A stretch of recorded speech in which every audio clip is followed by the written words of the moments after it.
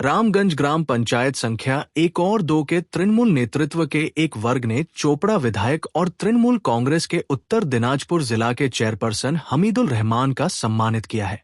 शनिवार को रामगंज के नए मछली बाजार से सटे तृणमूल कांग्रेस कार्यालय में इद्रीस आलम के नेतृत्व में स्वागत सम्मान समारोह का आयोजन किया गया। पार्टी सूत्रों के अनुसार रामगंज पंचायत संख्या 1 और 2 के पुराने तृणमूल कार्यकर्ताओं को संगठन की मुख्य धारा में वापस लाने के उद्देश्य से सम्मान समारोह का आयोजन किया गया। इस समारोह के माध्यम से पार्टी को मजबूत करने और संगठन की गतिविधियों में सक्रिय भूमिका निभाने का संदेश भी दिया गया। समारोह के दौरान स्थानीय नेताओं ने कमलागाम सुजाली ग्राम पंचायत के क्षेत्रीय अध्यक्ष के खिलाफ कई शिकायतें व्यक्त की। पार्टी के भीतर आंतरिक असंतोष भी खुलकर सामने आया। इस समारोह में चोपड़ा विधायक हमीदुल रहमान के अलावा तृणमूल नेता डॉ. सादिकुल इस्लाम, इस्लामपुर ब्लॉक के तृणमूल कांग्रेस के महासचिव इद्रीस आलम, पूर्व पंचायत समिति सदस्य बुधू मोहम्मद, रामगंज पंचायत नंबर 2 के संयोजक महमूद आलम और सुजाली गोबिंदपुर क्षेत्र के कई तृणमूल नेता मौजूद थे। इस स्वागत समारोह ने एक राजनीतिक संदेश दिया है कि पार्टी पुराने और अनुभवी कार्यकर्ताओं के साथ भविष्य की लड़ाई के लिए तैयार। आज के प्रोग्राम छिलो ये उत्तर दिनाजपुर शेयरगंज कोड़ाते विभिन्न ब्लके सम्मानना सभाय गेছি। इनारा कয়েকবার বলেছিল আসতে পারেনি, তো আমি আজকে এক জায়গায় যাবলাম, ভাবলাম যে একটু টাইম আছে। ইদ্রিস দাকে কালকে বলছিলাম যে আপনাদের সম্মাননা সভাটা আমি কালকে যাব 11টার দিকে এসেছি। আজকে সম্মাননা সভা ছিল।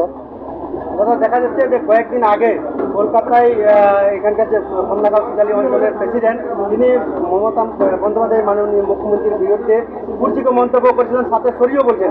তারপরেও কিন্তু দলের কর্মীরা ডেপুটেশন দিয়েছে রামগঞ্জ পুলিশ ফাঁড়িতে। সেখানে বলছে যে যদি অঞ্চল সভাপতিকে যদি অ্যারেস্ট না করা হয় তাহলে আপনি চেয়ারপারসন হয়েছে আপনার বাড়িতে ঘেরাও করবে, ডাক্তার সাদিকুল ইসলাম বলেছে। কি বলবেন?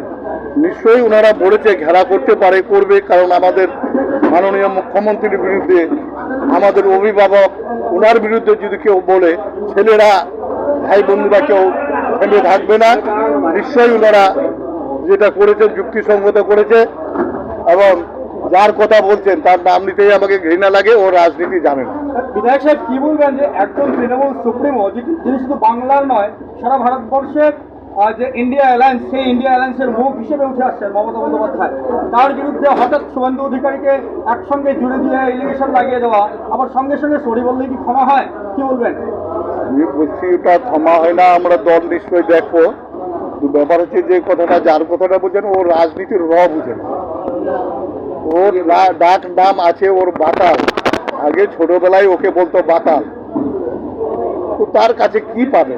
কারণ পয়সার লোভে হোক কিসের লোভে হোক ওকে উড়াই আনে অঞ্চল প্রেসিডেন্ট করে দিয়েছে। ওর থেকে ওই সুজালি অঞ্চলের বুথের লিডারদের বেশি যোগ্যতা রয়েছে। ওর কথা শুনে দেখে লাভ নেই। আইনি ব্যবস্থা যেটা করছে আমরা পার্টিগত নিশ্চয়ই দেখবো। এটা খুব আমাদের সবাইকেই লাগেছে, কর্মীদের না লিডারদেরকেও লাগেছে যে এটা আমাদের মাননীয় মুখ্যমন্ত্রীর বিরুদ্ধে এটা বলা। তা আপনাকে 2 থাপ্পড় মেরে দিলাম, তারপরে আমি বললাম যে না ভুল স্বীকার করছি, সরি, এটা তো মানা যায় না। কর্মীরা তার জন্য এফআইআর করেছেন। আইনি ব্যবস্থা কি হচ্ছে হোক, আমরা পার্টিগত ব্যবস্থা কি লাগে আমরা দেখি। এখন বর্তমানে দাবি করছেন যে তারা প্রকৃত তৃণমূল না, কারণ তিনি যদি প্রকৃত তৃণমূল হতেন তাহলে ব্লক নেতৃত্বদের বা জেলা সভাপতিকে জানাতেন। সেটা না করে পুলিশ প্রশাসনের কাছে গেছে, তারা কিন্তু এমনটাই দাবি করেন। কি বলবেন?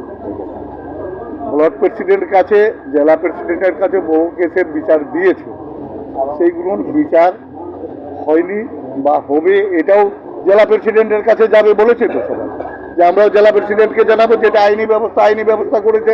তার সঙ্গে তো বলেছে যে আমরা জেলা প্রেসিডেন্টের সঙ্গে কথা বলবো, জেলা প্রেসিডেন্ট কি করছে।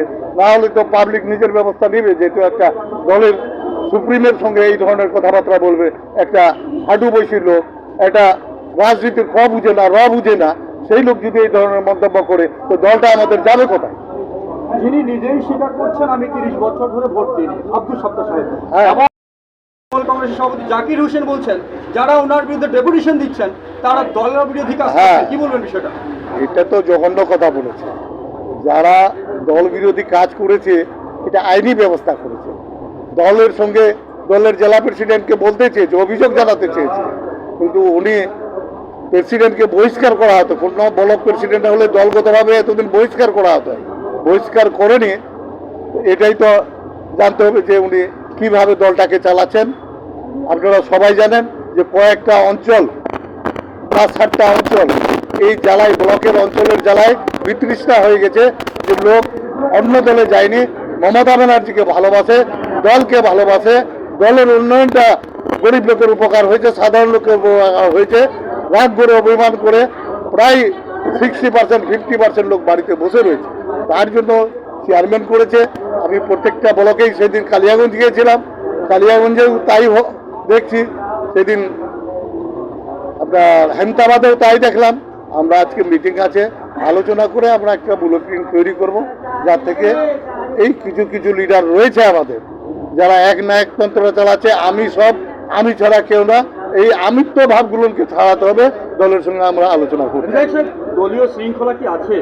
নিশ্চয়ই দলের শৃঙ্খলা কেন নেই? তো নিজস্ব এলাকা ছেড়ে বাইরের কিছু মন্তব্য করাকে আপনারা কিছু পদক্ষেপ নিচ্ছেন না কেন? এই যেটা বললাম তো, যে একটা বাতালের সঙ্গে আমরা লড়তে যাব, ওটা বাতাল আগুনেই মরে, ঠিক আগুন যেদিন উঠবে না মরে যাবে। আপনি বর্ষিয়ার নেতৃত্ব আপনি কান্না করছেন, বারবার কেঁদে ফেলছেন, নিশ্চয়ই। কি বলবেন? কোনো গুরুত্ব পাচ্ছেন না?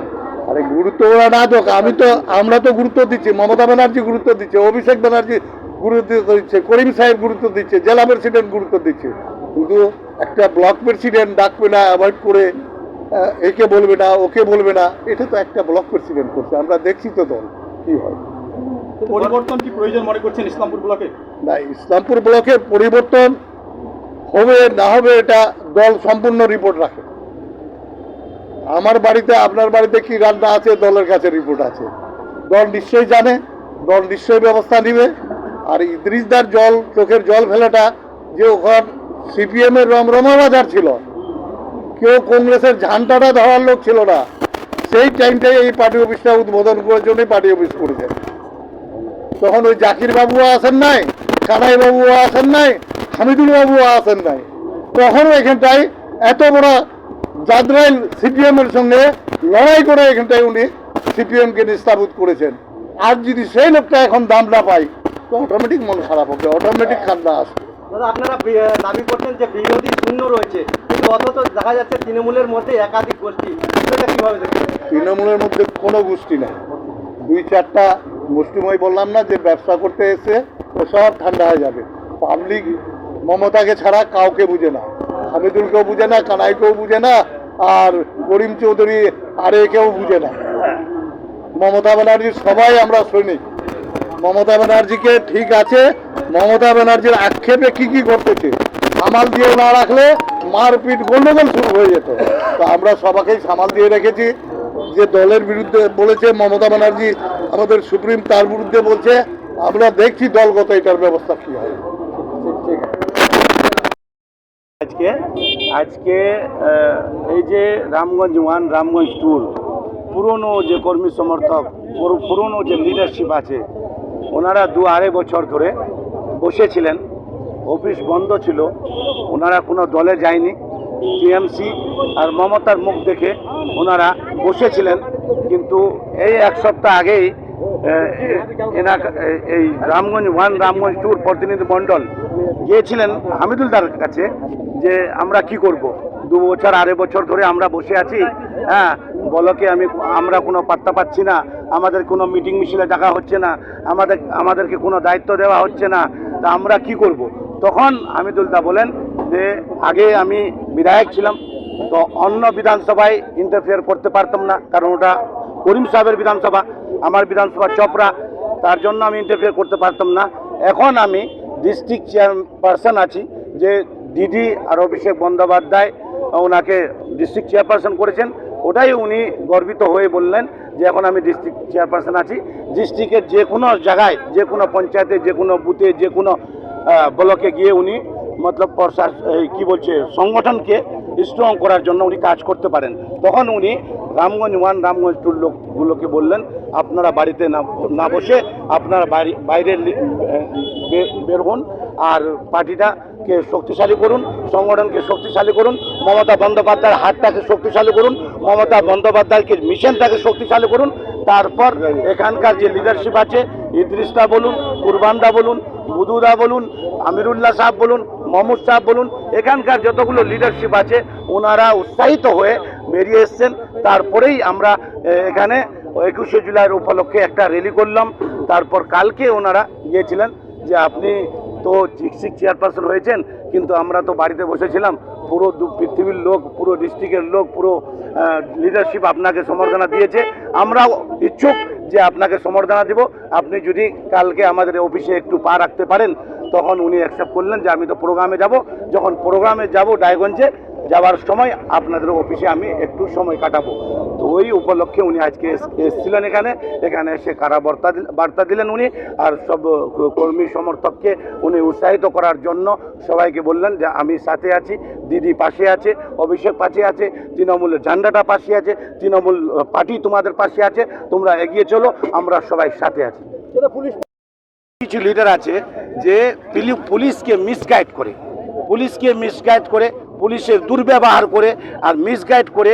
অনেকগুলো যুবক আছে আমাদের যারা ওনার কথা শুনে না, ওনার আইডিওলজি মানে না, ওদেরকে কি করে চরস, গাঞ্জা, NDPS, মার্ডার কেস, অমুক তমুক কেসে ওকে ঢুকিয়ে ওদেরকে শাস্তি দেওয়ার জন্য জেলে বন্দি করে দেয়।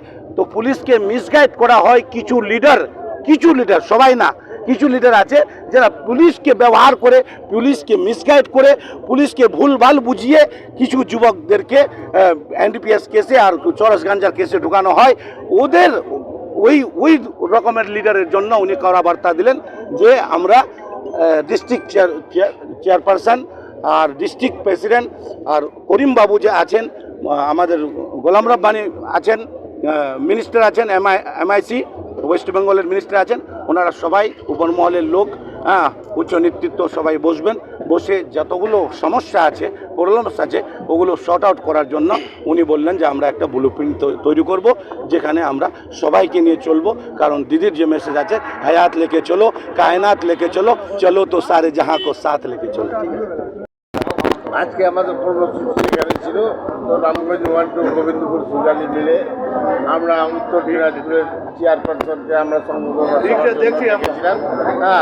উনি এখান থেকে এসে সংবর্ধনা সভা নিয়ে আজ থেকে চলে যাবে, আমাদের কিছু নির্দেশ দিয়ে যাবে, যেটা পেয়েও গেলাম আমরা। আকারে এগিয়ে অনেক পাওয়া যায়, তাই বলছি আমি ওই যে মানে আমাদের ইসলামপুরে আমি গুরু সাহেবকেও মানি, আমি কানাইয়ালালকেও মানি, কিন্তু এই জাকিরটাতে কোথায় থেকে চলে আসছে সেটাকে মানি না আমি। মানে ওর ব্যবহার আমি দেখলাম, আমাকে 2 বছর ধরে একটা ব্যবহার করে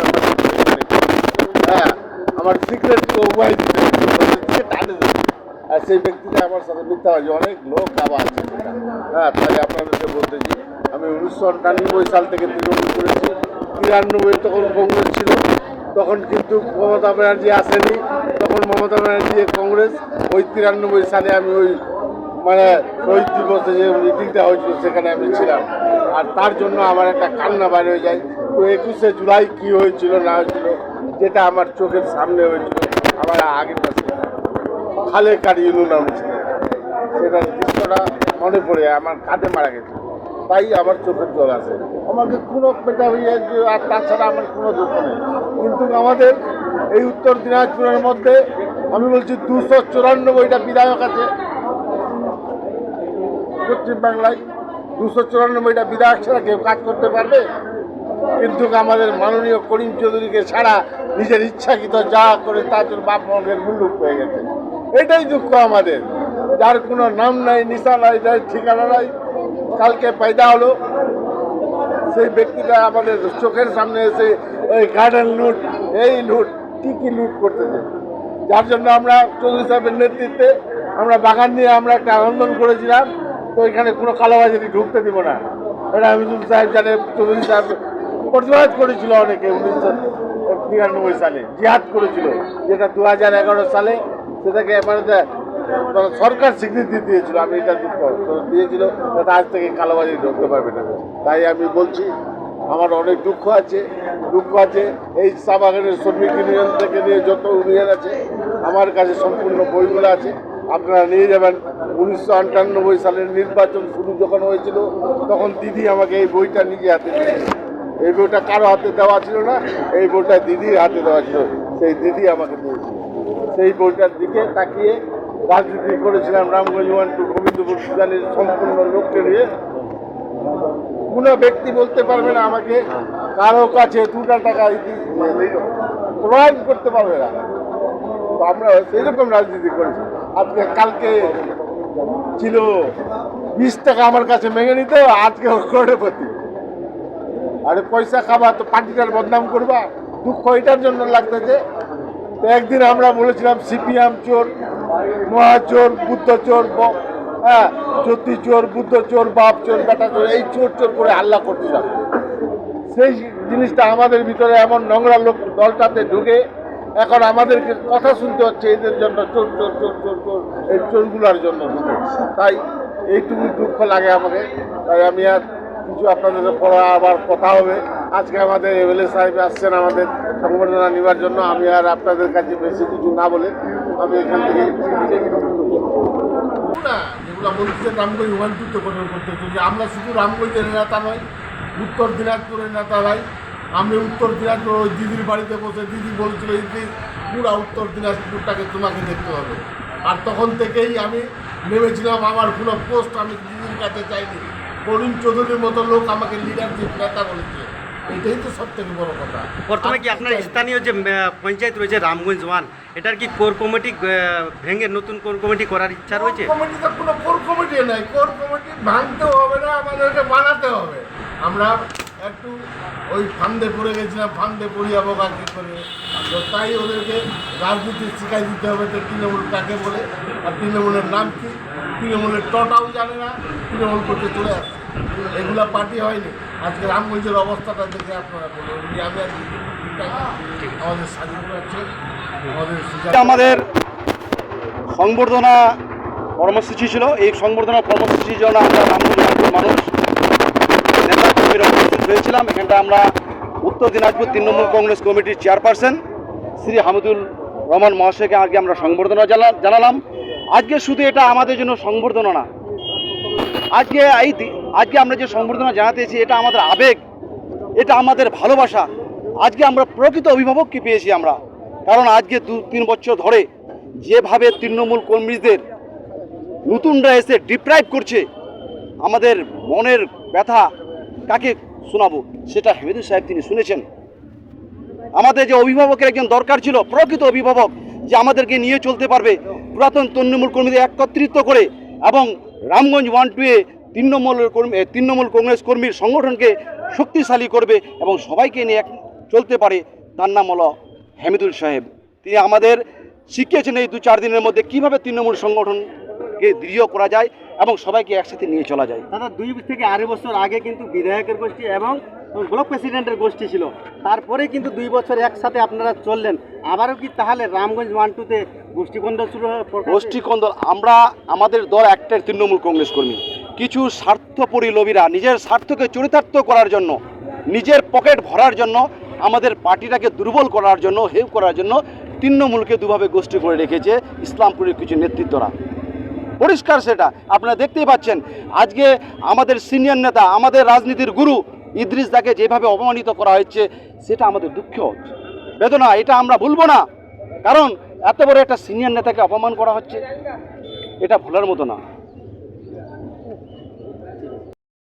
গেছিলাম অনেকদিন আগে গেছিলাম, কালকে আমরা জানানো রাস্তার ব্যাপার নিয়ে রামগঞ্জের খুব একটা আমাদের খারাপ আছে, যে আমরা চৌধুরী সাহেবকে জানিয়েছি, আমাদের এমএলএ সাহেব যেটা আছে ওনাকে জানিয়েছি। উনি ইমিডিয়েটলি আমার যেটা কাজ চলছে 3 কোটি 73 লাখ টাকার কাজ আমাকে দিয়েছে।